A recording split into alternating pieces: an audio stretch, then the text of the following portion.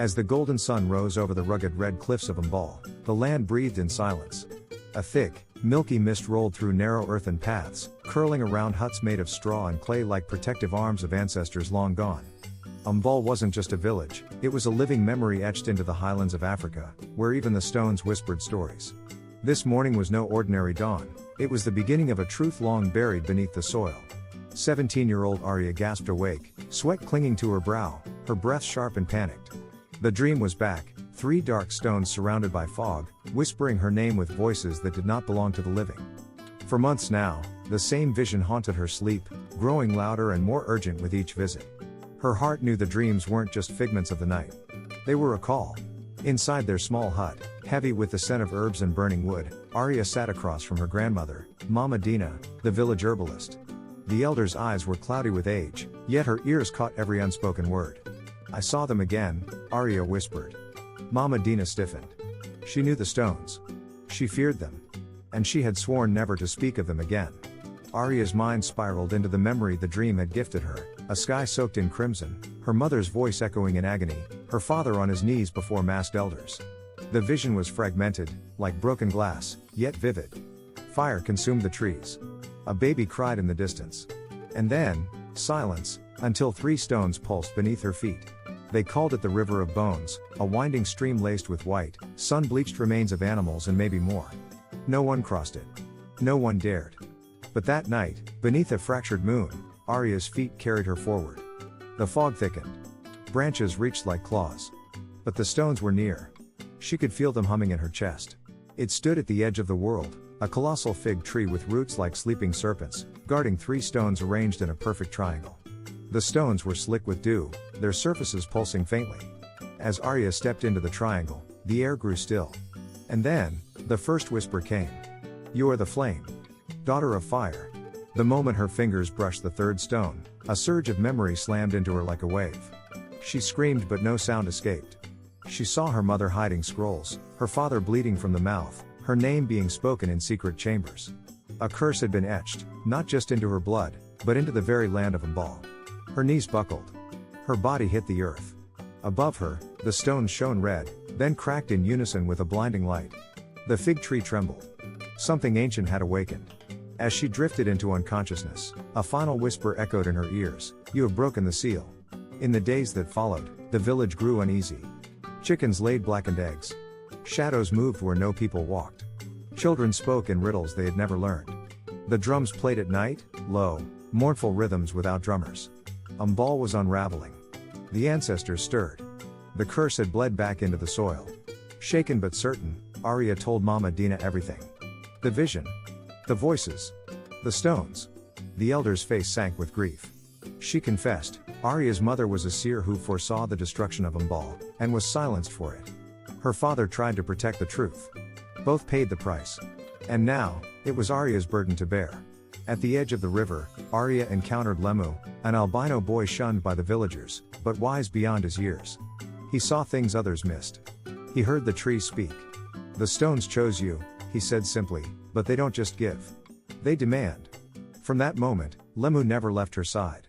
Torch in hand, they entered the salt caverns of Mboko, a place where no echo returned, where screams were swallowed. The walls were slick with salt and bone. It was here the spirits of the silenced were bound. Ariya needed answers. But to reach them, she would have to pass the 3 trials. The first test was silence. A narrow bridge of bones stretched before her. Every step creaked like thunder. Ariya had to silence even her heartbeat. One misplaced breath could wake the dead. With Lemu's whisper guiding her, she moved like wind. Like shadow. Step by step, she passed. The second trial was memory. In a still pool of salt water, Ariya saw it all, her parents' final stand, the ritual branding, the elder's oath to erase her bloodline. She wept, not from fear, but from fury. Their pain now lived in her veins. She rose, teeth clenched. The truth would no longer stay buried. The final trial was choice. In a chamber of fire and dust, 2 doors appeared, one glowed with her mother's name, the other with the word Mbale. She had only one key. Her hand hovered. Tears fell. She kissed the door marked Mbale and stepped through. Her love was too large for one soul alone. The elder of mask stood in silence, robe stitched from shadow, face hidden behind ivory. Ariya stepped forward, unflinching. You killed truth to protect your power, she said. The elder did not deny it. Instead, he knelt before her, for he saw what she carried now, the power of the ancestors, awakened. The sky fractured with lightning. The villagers gathered, eyes wide, hearts pounding. Ariya stood at the center, adorned in white ash, bearing the staff of the seer. The whispering stones floated above her, glowing with ancestral fire. The ritual began, not with a chant, but with a name, Mother. The earth groaned. From the soil, spirits rose like steam, women and men long lost, their eyes glowing blue. The wind howled with voices from before time. The whispering stones spun in air, their cracks bleeding light. Ariya chanted the forbidden names. The sky answered with thunder. With a final scream, the fig tree ignited, not in red, but white fire, pure and holy. The flames didn't destroy, it cleansed. The stone shattered in a blaze of light. The curse broke, and with it, the silence of Mbale. Children laughed. The wind softened. Peace, long forgotten, returned. Exhausted and hollow, Ariya collapsed beneath the stars. Lemu knelt beside her, silent, tears glistening on his pale cheeks.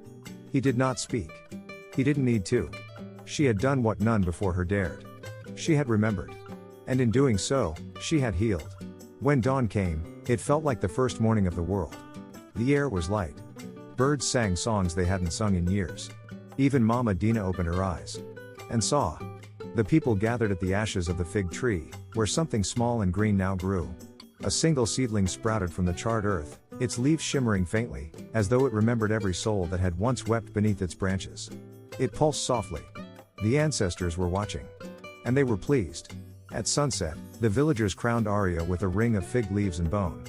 You are the seer now, Mama Dina declared. Not by blood, but by truth. Ariya smiled, though the weight of memory rested heavily on her shoulders. She had become the keeper of stories, the protector of remembrance. By firelight, children gathered at her feet. Ariya spoke, not as a girl, but as a bridge between past and future. She told them of fire, of betrayal, of courage. She taught them that remembering is the first act of healing. And they listened.